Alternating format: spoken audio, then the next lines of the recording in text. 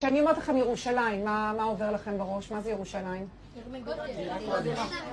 בית המקדש. כותל. מה עוד? מי מאמין שבית המקדש ייבנה בשנים הקרובות? מה יש שם עכשיו על בית המקדש? אז מה יקרה עם המסגד? יישבר?